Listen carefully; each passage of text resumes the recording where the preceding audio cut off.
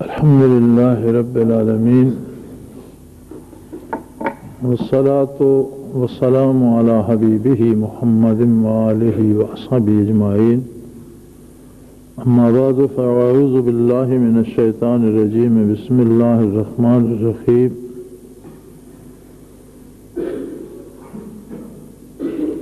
واصبر نفسك مع الذين يدعون ربهم بالغداوة والعشي يريدون وجهه ولا تعد عيناك عنهم تريد زينة الحياة الدنيا ولا تطع من أغفلنا قلبه عن ذكرنا واتبع هواه وكان أمره فرطا اللهم سبحانك لا علم لنا إلا ما علمتنا إنك أنت العليم الحكيم مولاي صل وسلم دائما أبدا على حبيبك من زانت به الأسر.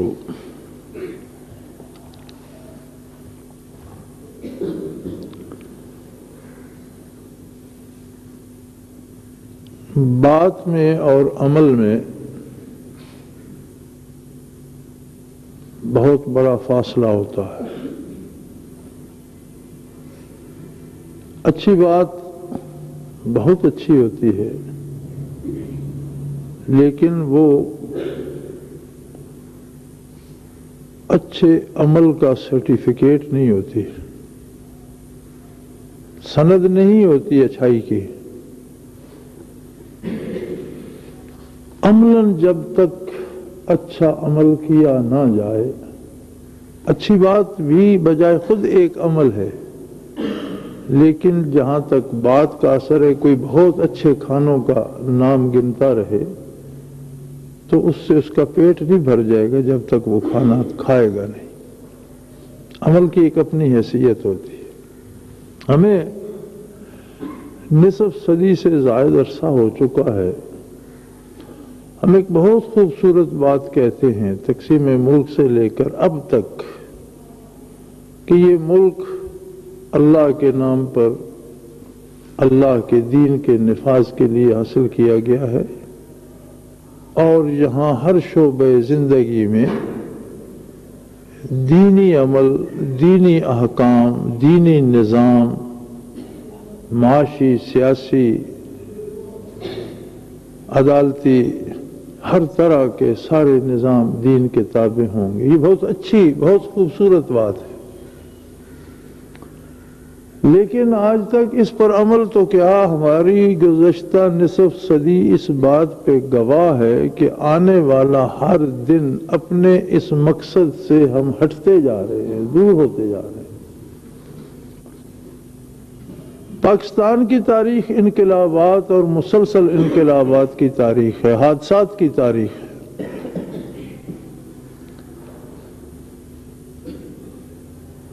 حادثوں کا یہ تسلسل ہمیں اس اعلی و عرفہ مقصد کے قریب کرنے کی بجائے اس سے دور کرتا جا رہا ہے. حتیٰ کہ وہ حکومتیں جو محض نفاذ اسلام کے وعدے پر برسر اقتدار آئیں، آپ کو بھی یاد ہونا چاہیے اور مجھے بھی یاد ہے کہ الیکشن کمپین میں میاں نواز شریف صاحب کا نعرہ یہ تھا کہ ہم خلافت راشدہ کا نظام نافذ کریں گے. جنرل سکندر سے میری ملاقات ہوئی الیکشن کمپین میں تو وہ کہنے لگے کہ پہلی دفعہ جب حکومت ہمارے پاس آئی تو ہمارا ارادہ تھا کہ ہم تبدیلی لائیں گے. ہمارے پاس کوئی سٹرکچر نہیں تھا، کوئی بنا بنایا ایسا ضابطہ نہیں تھا، لیکن اس دفعہ ہم بنا رہے ہیں، سارا سٹرکچر بنا رہے ہیں، اور اس دفعہ جب حکومت آئے گی تو صرف وہ نافذ کرنا ہوگا، ہمیں کوئی اس کا بنیادی جو کام ہے وہ نہیں کرنا پڑے گا. لیکن ہوا کیا؟ بے دینی، بدکاری، برائی، لوٹ مار، رشوت خوری اور کافرانہ نظام، یہ ساری چیزیں اور بڑھ گئیں. ہم اس سب کا ذمہ دار کبھی سیاستدانوں کو ٹھہراتے ہیں، کبھی بہت بڑا غبار ہم نکالیں تو غیر ملکی طاقتوں پہ نکالتے ہیں. امریکہ نہیں کرنے دیتا، یورپ والے نہیں کرنے دیتے. اور میرے خیال میں ہمیں کبھی بھی یہ توقع نہیں کرنی چاہیے کہ کفر نفاذ اسلام میں تعاون کرے گا. کفر کی موت ہے اسلام، تاریکی کے لیے روشنی موت ہے. دنیا کے لیے تو حیات ہے لیکن تاریکی کے لیے تو موت ہے. اسلام اللہ کی مخلوق کے لیے تو حیات کی نوید ہے، لیکن جو فرعون بنے بیٹھے ہیں ان کے لیے تو موت کا پیغام ہے. وہ اس میں تعاون کیوں کریں گے؟ وہ تو روڑے اٹکائیں گے. یہ کون سی عجیب بات ہے؟ ہم سے کیوں نہیں ہو پا رہا؟ قرآن کریم نے اس آیہ مبارکہ میں جو سورہ کہف کی 15ویں پارے کی آیت ہے، اس میں وہ اصول بتایا ہے کہ نفاذ اسلام کا راستہ کیا ہے. اسلام ہے کیا؟ اسلام ہے قول و فعل محمد الرسول اللہ صلی اللہ علیہ وآلہ وسلم. قرآن بھی اسی میں شامل ہے. ہمیں حضور نے بتایا یہ قرآن ہے. وہ زبان پاک محمد الرسول اللہ سے وہ الفاظ وارد ہوئے جو قرآن ہے، اور کسی نے وحی سے نہیں سنا. اللہ کی ذات کیا ہے، اس کی صفات کیا ہے، یہ بھی ارشادات نبوی سے ہمیں پتہ چلا، تعلیمات نبوی سے پتہ چلا. حلال و حرام، جائز و ناجائز، غلط اور صحیح کیا ہے، دنیا اور آخرت کیا ہے، انسان اور انسانیت کیا ہے، یہ ساری حقیقتیں قول و فعل رسول ہیں. اس کا مطلب ہے کہ جہاں تائید نبوی ہوگی، جہاں برکات نبوی ہوں گی، جہاں رسول اللہ صلی اللہ تعالی علیہ وآلہ وسلم کی توجہ ہوگی، وہاں اسلام بھی ہوگا. اور اگر یہ نہیں ہوگی تو اسلام نہیں ہوگا. ہم سوچتے ہیں کہ دولت مند لوگ ہمارے ساتھ مل جائیں اسلام نافذ ہو جائے گا. ہم یہ سوچتے ہیں کہ بڑے بڑے سیاسی لیڈر ہمارے ساتھ مل جائیں اسلام نافذ ہو جائے گا. ہم یہ سوچتے ہیں کہ بڑے بااثر سردار قسم کے جو ہیں قبائل کے، وہ لوگ مل جائیں ہو جائے گا. قرآن حکیم نے جو اس کا نسخہ بتایا ہے وہ بالکل الگ ہے. فرمایا اب یہ ارشاد ہو رہا ہے نبی علیہ الصلوۃ والسلام کو، وَاصْبِرْ نَفْسَكَ مَعَ الَّذِينَ يَدْعُونَ رَبَّهُمْ بِالْغَدَاوَةِ وَالْعَشِيِّ. اے میرے حبیب، اپنے وجود عالی کو حکماً روک کر رکھیے ان لوگوں کے ساتھ. وَاصْبِرْ، صبر کا معنی عربی میں لغوی طور پر باغ کھینچ لینے کو ہوتا ہے. جس طرح آپ گھوڑے کی باغ کھینچ کر اسے روک لیتے ہیں، جس طرح گاڑی کو بریک لگا کر روک لیتے ہیں، اس طرح سے کسی بات پہ رک جانا، جم جانا، اسے صبر کہتے ہیں. ہمارے ہاں جو مروج ہے معنی وہ یہ ہے کہ کسی مصیبت پہ شور غوغا نہ کیا جائے، یہ صبر ہے. اصل صبر یہ ہے کہ اللہ کے حکم پر اپنے آپ کو کاربند کر لیا جائے، اور اس کے خلاف کوئی مصیبت، کوئی تکلیف، کوئی مشکل جو بھی آئے پریشان وہ برداشت کی جائے، لیکن اس حد کو، احکام الہی کی حد کو، حدود الہی کو، تلک حدود اللہ ولا تقربوها، توڑنا تو کیا ان کے قریب بھی نہ پھٹکا جائے. اب یہ حکم ہو رہا ہے آقا نامدار صلی اللہ علیہ وآلہ وسلم کو کہ اپنے وجود عالی کو، وَاصْبِرْ نَفْسَكَ، اپنے وجود عالی کو اس بات کا پابند بنا لیجئے کہ آپ نے ان لوگوں کے ساتھ رہنا ہے الَّذِينَ يَدْعُونَ رَبَّهُمْ بِالْغَدَاوَةِ وَالْعَشِيِّ يُرِيدُونَ وَجْهَهُ، جو صبح و شام، رات دن اللہ کی یاد میں رہتے ہیں، اللہ کی رضا کے لیے. یاد الہی سے مقصد ان کا حصول اقتدار نہیں ہے، اپنے تقدس کی شہرت نہیں ہے، حصول زر نہیں ہے، کسی پر اپنے آپ کو مسلط کرنا نہیں ہے، بلکہ یہ شبانہ روز محنت جو کرتے ہیں یاد الہی کی، شب و روز جو اس کا نام لیتے ہیں، شب و روز جو اسے یاد رکھتے ہیں، تو اس کا حاصل یا مراد یا مقصد یہ ہے کہ اللہ ان سے راضی رہے، وہ اس کی خوشنودی کے طلبگار ہیں۔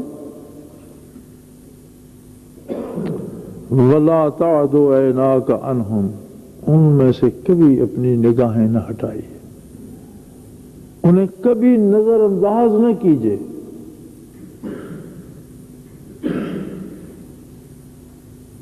ترید زینت الحیات الدنیا، کبھی یہ خیال قلب مبارک میں نہ آئے کہ دنیا کے عظیم لوگ، دنیا کے طاقتور لوگ، دنیا کے مالدار لوگ، جو دنیا کی بے شمار قوتوں پہ قابض ہیں، وہ لوگ کچھ کریں گے، یہ جو بیٹھے رب رب کر رہے ہیں کیا کرنا ہے، نہیں، یہ کریں گے، ایک آکے حق ان سے ہوگا، ان دنیا داروں سے نہیں ہوگا، آپ ان کی طرف کبھی متوجہ نہیں ہو جائے۔ پھر آگے اس سے بھی سخت بات فرمائی، فرمایا وَلَا تُطِعْ مَنْ أَغْفَلْنَا قَلْبَهُ عَنْ ذِكْرِنَا، اے میرے حبیب اس آدمی کی بات کو پرے کا حیثیت نہ دیجئے جس کے دل کو ہم نے اپنے ذکر سے غافل کر دیا۔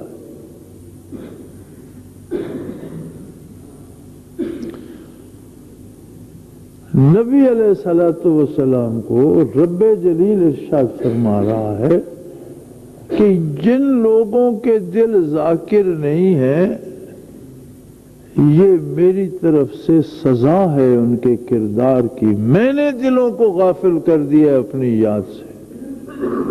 من اغفلنا، جنہیں ہم نے غافل کر دیا، ان ذکرنا، ہمارے ذکر سے۔ دل کا ذاکر نہ ہونا اللہ کی ناراضگی کا اظہار ہے، اس کی دلیل ہے، اور عذاب الہی ہے کہ اس نے دل کو اپنی یاد سے غافل کر دیا۔ فرمایا میرے حبیب وہ کتنے دانشور ہوں، وہ کتنے طاقتور ہوں، وہ کتنے دولت مند ہوں، کتنے تونگر ہوں، ان کی بات کو پرے کا اہمیت نہ دیجیے، ان کی کوئی حیثیت نہیں ہے۔ وَاتَّبَعَ هَوَاهُ، جن کے دلوں کو ہم نے اپنی یاد سے غافل کر دیا ہے، وہ اپنی خواہش نفس کی پیروی کریں گے، وہ آپ سے وفا نہیں کریں گے، وہ دین سے وفا نہیں کریں گے، وہ اللہ سے وفا نہیں کریں گے، اللہ کی مخلوق سے وفا نہیں کریں گے۔ وَاتَّبَعَ هَوَاهُ، وہ اپنی خواہش نفس کی پیروی کریں گے۔ وَكَانَ أَمْرُهُ فُرَطًا، اور ان کا کام تو تباہ ہو چکا، حد سے بڑھ چکا، ان کی بات تو بگڑ چکی، ان کا تو ککھ نہیں بچا۔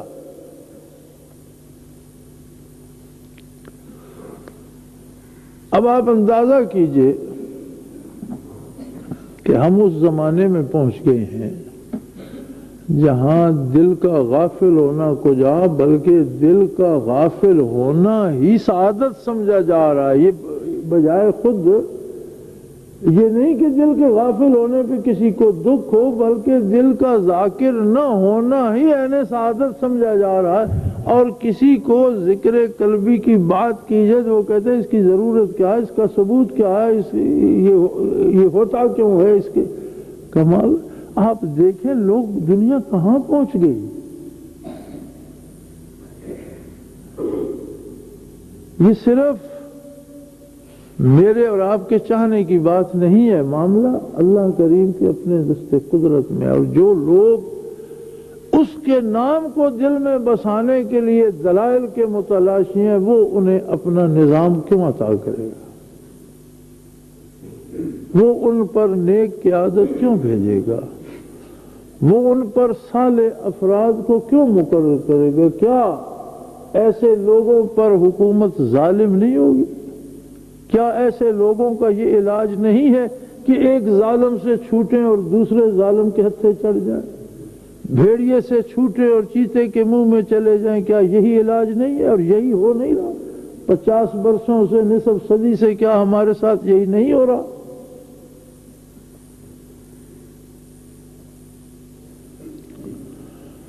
اگر اس نقطہ نظر سے دیکھیں تو جس کسی بندے کے دل میں یہ احساس موجود ہے کہ یہ وطن اللہ کی امانت ہے اور اس پر اللہ کا دین نافذ ہونا چاہیے، تو اس کے ذمہ یہ ہے کہ وہ اللہ کے ان بندوں کو اللہ کی یاد کی طرف بلائے۔ جب تک قلوب ذاکر نہیں ہوں گے، نفاذ اسلام کی سعادت نصیب نہیں ہوگی۔ بنیادی بات یہ ہے، اس وقت کا سب سے بڑا جہاد یہ ہے، اس وقت کا سب سے بڑا اسلحہ یہ ہے، موجودہ وقت کی سب سے بڑی ضرورت یہ ہے کہ جو دل ویران ہو چکے ہیں پہلے انہیں یاد الہی سے آباد کیا جائے۔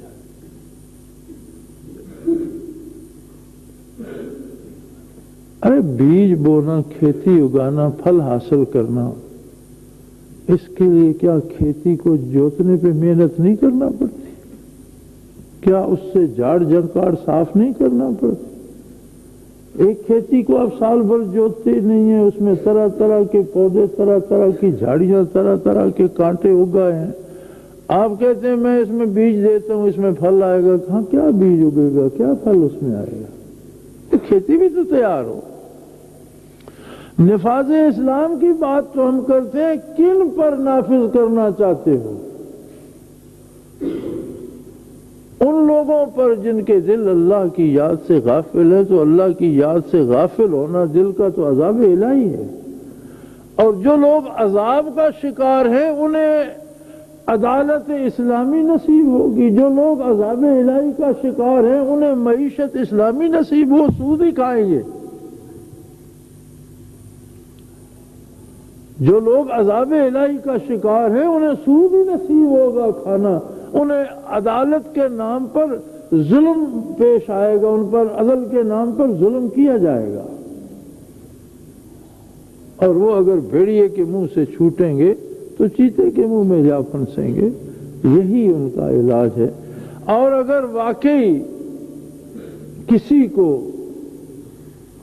اس قوم سے، اللہ کے ان بندوں سے، اللہ کی اس مخلوق سے اللہ کے لیے ہمدردی ہے، تو سب سے بڑا اور پہلا کام یہ ہے کہ وہ انہیں اللہ کی یاد پہ لگائے۔ یہ کم از کم اتنی قوت اللہ کی یاد والے دلوں کی پیدا کر لے جو باطل کا مقابلہ کر سکے۔ یاد رکھیں، میری تو کیا حیثیت ہے، اللہ کے اس فرمان عالی پہ غور فرمائیں تو آپ کو وہ تصویر نظر آ جائے گی کہ کس طرح کے لوگوں کے ہاتھوں اسلام نافذ ہو سکتا ہے۔ جن سے نبی علیہ الصلوۃ والسلام کو یہ حکم دیا گیا ہو جن کے لیے کہ آپ ان کی بات پر توجہ ہی نہ فرمائیے، وہ اسلام نافذ کریں گے۔ ایسے لوگ جو کچھ بھی کریں، مشورہ دیں، کام کریں، بڑا تیر ماریں، اور بارگاہ نبوی میں اللہ کا یہ فرمان موجود ہو کہ میرے حبیب ان کی باتوں پر آپ پرے کا توجہ نہ دیجیے۔ کیوں؟ انہوں نے کام تو بڑا، دعویٰ تو بڑا فرمایا، دعویٰ کرتے رہے، ان کے دلوں کو میں نے اپنی یاد سے غافل کر دیا۔ اب توجہات نبوی کے لیے اگر ان دلوں سے غفلت کا غبار اتر جائے اور وہاں یاد الہی آ جائے تو وہ اس زمرے میں شامل ہو سکتے ہیں جہاں حکم دیا گیا ہے وَاصْبِرْ نَفْسَكَ مَعَ الَّذِينَ يَدْعُونَ رَبَّهُمْ بِالْغَدَاوَةِ وَالْعَشِيِّ۔ یہ آیت کریمہ جب نازل ہوئی تو نبی علیہ الصلوۃ والسلام حجرہ مبارک سے برآمد ہوئے، جلوہ افروز ہوئے مسجد نبوی میں، تو تو مختلف لوگ بیٹھے تھے، مختلف ٹولیاں بیٹھی تھیں اور ذکر الہی ہو رہا تھا، تو آپ ذاکرین کی ایک ٹولی میں جلوہ افروز ہوئے اور فرمایا اے اللہ تیرا شکر ہے، مجھے جن لوگوں کے ساتھ رہنے کا حکم دیا وہ لوگ بھی عطا کر دیے۔ اور یہ وہ واضح احادیث ہیں جو تمام سیاح میں موجود ہیں، اور مبتدی جو کتابیں پڑھتا ہے ان میں بھی یہ موجود ہیں۔ اور حیرت ہوتی ہے کہ پھر یہ پوچھا جاتا ہے کہ ذکر کرنے کی ضرورت کیا ہے اور اس کا ثبوت کیا ہے۔ قرآن حکیم میں ذکر، مطلق ذکر کا حکم بصیغ امر موجود ہے۔ حکم دیا گیا وَاذْكُرْ نَفْسَكَ وَاذْكُرْ رَبَّكَ فِي نَفْسِكَ وَاذْكُرْ رَبَّكَ ذِكْرًا كَثِيرًا۔ جہاں قرآن میں جس کام کا براہ راست حکم دیا جاتا ہے وہ واجب ہوتا ہے، فرض ہوتا ہے۔ مطلق ذکر کی فرضیت سے کوئی عالم انکار نہیں کر سکتا۔ اب اس ذکر میں ذکر لسانی ہے، زبانی ذکر ہے، جو نیکی کرتے ہیں ہم عملاً وہ عملی ذکر ہے، لیکن قرآن کا جب دوسرا پہلو ہم دیکھتے ہیں، جب ذکر پہ بات کرتا ہے تو وہ مطالبہ کرتا ہے کہ قلب بھی ذاکر ہونا چاہیے۔ اگر قلب ذاکر نہیں ہے تو زبانی ذکر کا بھی اور عملی ذکر کا بھی اعتبار ہی نہیں۔ فرمایا وَلَا تُطِعْ مَنْ أَغْفَلْنَا قَلْبَهُ عَنْ ذِكْرِنَا، جس کے دل کو ہم نے اپنے ذکر سے غافل کر دیا، اپنی یاد سے غافل کر دیا، اس کے کسی کام کا کوئی اعتبار نہیں۔ خود نبی علیہ الصلوۃ والسلام کو حکم دیا جا رہا ہے کہ آپ اس کی بات کو کوئی اہمیت، اس کی بات سننا بھی گوارا نہ فرمائیے۔ وَلَا تُطِعْ، نبی کسی کی اطاعت نہیں کرتا۔ اطاعت کا صیغہ اس لیے استعمال کیا گیا کہ کوئی رائی برابر حیثیت بھی اسے نہ دی جائے۔ نبی تو براہ راست اللہ کی اطاعت کرتا ہے، نبی مطاع ہوتا ہے، مطیع نہیں ہوتا۔ مخلوق میں نبی کی اطاعت کی جاتی ہے، نبی کسی کی اطاعت نہیں کرتا۔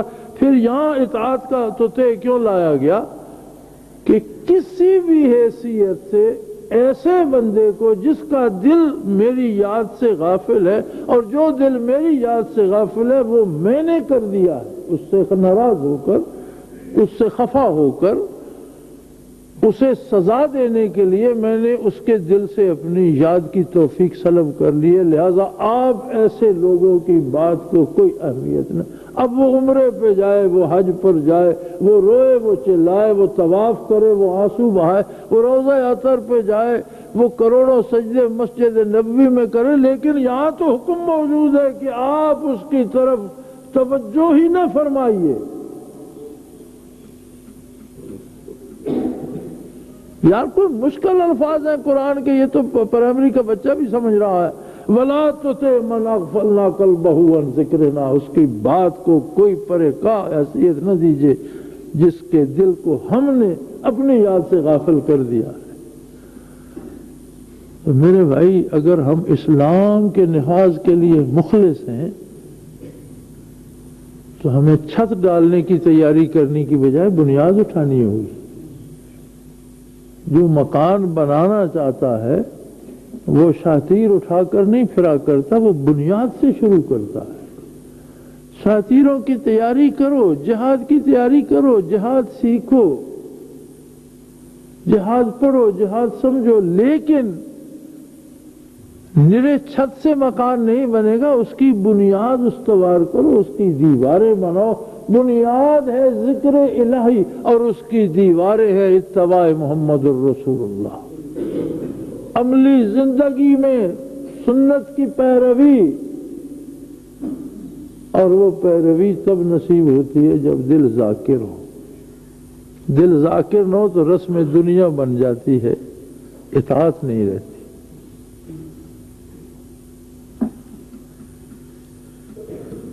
اور کتنی خوبصورت بات ہے، کتنی خوبصورت بات ہے کہ جو بھی ذکر قلبی کرے اس کے لیے حکم ہے رسول اللہ صلی اللہ علیہ وسلم کو کہ اسے آپ کی معیت نصیب ہونی چاہیے. وہ ادنا ہے، اعلیٰ ہے، وہ فقیر ہے، امیر ہے، وہ مزدور ہے یا جرنیل ہے، وہ خوبصورت ہے یا بدصورت ہے، وہ بہت پڑھا لکھا ہے یا ان پڑھ ہے، لیکن جس کا بھی صرف دل ذاکر ہے. بڑا ہوتا ہے، بعض ساتھی پوچھتے ہیں، لکھتے ہیں میرے مراقبات کہاں ہیں، میرے مقامات کیا ہیں. میں سمجھتا ہوں کہ زندگی میں اس سے بڑا کسی مقام کا کوئی تصور ہی نہیں کہ بندے کو معیت نبوی نصیب ہو جائے. اس دنیا میں، اس دنیا میں، دو عالم میں اس سے بڑا کوئی مقام کسی کے لیے نہیں ہے کہ اسے محمد الرسول اللہ صلی اللہ علیہ وآلہ وسلم کا ساتھ نصیب ہو جائے. کیا یہ مقام، اس ایسے کسی مقام کا کوئی تصور ہے؟ اور اگر صرف ایک لطیفہ قلب پہ محنت کرتے رہو تو بارگاہ اقدس سے نگاہ نوازنے کے لیے تو تیار ہیں، وہ تو نصیب ہو جاتی. اور اس سے بڑا کیا چاہتے ہیں اب؟ اس پہ مزید کسی کو 7 لطائف نصیب ہو گئے، کسی کو مراقبات نصیب ہو گئے، کسی کو فنا فی الرسول نصیب ہو، تو نور علی نور ہو گیا. وہ تو بہت بڑی بات ہے. لیکن بجائے خود صرف ذکر کا نصیب ہونا اتنا بڑا انعام ہے کہ اس کے بعد سوچنا کوئی اس کا کوئی دلیل اور جواز نہیں بنتا کہ اس کے بعد بھی بندہ سوچے کہ اس سے بڑی نعمت بھی کوئی ہے. سو میرے بھائی، انشاءاللہ یہ ملک بھی کام رہے گا اور اس پر دین کا نفاذ بھی ہوگا. اللہ اپنے ایسے بندے پیدا فرما دے گا جن کے قلوب ذاکر ہوں گے، جو اللہ کے لیے جینا اور مرنا چاہیں گے، جو اللہ کی خوشنودی کی خاطر ہر میدان میں قربانیاں دینے کے لیے تیار ہوں گے. لیکن ہماری سعادت تو یہ ہے کہ اللہ ہمیں بھی ان میں سے کر دے. ہمارے ہاں ایک رواج ہو گیا ہے، ہم نیکوں کے فضائل گنتے رہتے ہیں، ہم گناہ گاروں کے گناہ گنتے رہتے ہیں، اپنی ذات پہ اپنی نظر نہیں ڈالتے، ہم خود کو تلاش نہیں کرتے کہ میں کن لوگوں میں ہوں.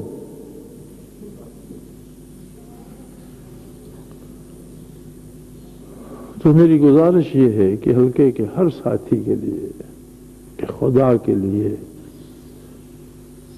ذکر کی ترویج پہ اپنی آخری کوششیں لگا دو. ایک ایسا طبقہ پیدا کر دو جن کے دل ذاکر ہوں. انقلاب خود آ جائے گا، انقلاب کے اسباب خود پیدا ہو جائیں گے، تبدیلی نظام خود ہو جائے گی، یہ سارے کام از خود ہونے لگیں گے. باطل کا مقابلہ کرنے کے لیے لوگ میدان میں اتر پڑیں گے، اس باطل نظام کو ہٹانے کے لیے لوگ جانے دینے پہ آ جائیں گے، تائید باری نصیب ہو جائے گی، تائید نبوی نصیب ہو جائے گی. لیکن ایک طبقہ پیدا کر دو، اس قوم میں وہ لوگ پیدا کر دو جن کے دل ذاکر ہوں، جو اللہ کے اس عذاب سے نکلیں کہ اللہ نے ان کے دلوں سے ذکر کی توفیق چھین لی ہے.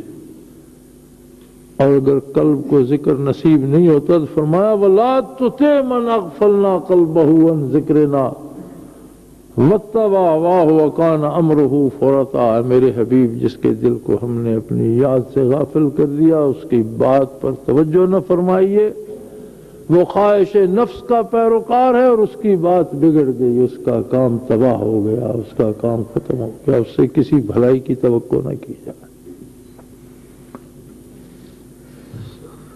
ہم نے الاخوان کی بنیاد نفاذ اسلام اور تبدیلی نظام کے لیے رکھی، لیکن یاد رکھو الاخوان ڈالیاں ہیں، پتے ہیں، اس کا تنا اور اس کی جڑیں ذکر الہی ہے اور سلسلہ عالیہ ہے.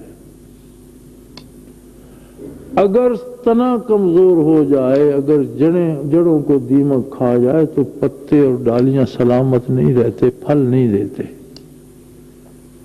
ہر ساتھی اپنی بہترین کوشش ذکر الہی پہ لگائے، اپنے اذکار پہ پوری توجہ دیجیے اور صبح و شام کے اذکار میں باقاعدگی پیدا کیجیے اور یکسوئی پیدا کیجیے اور محنت کیجیے اور کوشش کیجیے کہ جہاں تک دلوں کو اللہ کے نام کی روشنی بانٹی جا سکے، یار 14 کروڑ میں 14 لاکھ تو پیدا کر دو، 1400 لاکھ جو ہے، 14 کروڑ بندہ جو ہے، تو کیا لاکھ میں ایک بندہ بھی نہیں ہو سکتا جو اللہ کو یاد کرے؟ اگر 14 لاکھ بھی ذاکرین ہو جائیں تو لمحہ انقلاب کا ہوگا، تبدیلی کا ہوگا۔ جاء الحق وزهق الباطل ان الباطل کان زہوقا، حق آیا اور باطل بھاگ گیا، باطل کا مقدر ہی تباہ ہونا اور بھاگنا۔ نبی علیہ الصلوۃ والسلام نے جو لشکر تیار فرمایا وہ مٹھی بھر مجاہدین تھے جو صحرائے عرب سے اٹھے، لیکن ان کو عالم یہ تھا، قرآن فرماتا ہے ثم تلین جلودہم وقلوبہم الی ذکر اللہ، ان لوگوں کی کھال سے لے کر نیا خانہ دل تک ہر باڈی سیل ذاکر تھا، وجود کا ہر ذرہ ذاکر تھا، اللہ اللہ کرتا تھا۔ جس پائے کے ذاکر تھے اس پائے کا انقلاب آیا اور ربع صدی میں روئے زمین پر اسلام نافذ ہو گیا۔ آج 2 ارب مسلمان ہیں دنیا پر اور اسلام ایک چپے پر بھی نہیں، اس لیے کہ 2 ارب میں کتنے دل ہیں جو ذاکر ہیں؟ 2000 بندے تھے شیشان میں، جن میں سے کتنے شہید ہو گئے، پورے روس کی طاقت کا مقابلہ کر رہے ہیں، اس لیے کہ وہ سارے ذاکر ہیں۔ نفاذ اسلام کی بنیاد اور بنیادی کوشش اور بنیادی محنت یہ ہے کہ محروم دلوں کو اللہ کے نام کی روشنی سے جگمگایا جائے۔ اللہ کریم مجھے بھی، آپ کو بھی، ہم سب کو توفیق عطا کرے کہ اہل وطن میں وہ جذبہ پیدا کر سکیں، ان کے قلوب یاد الہی سے منور ہوں، برکات نبوی نصیب ہوں اور انقلاب اسلامی کی منزل قریب تر ہو جائے۔ وآخر دعوانا ان الحمدللہ رب العالمین۔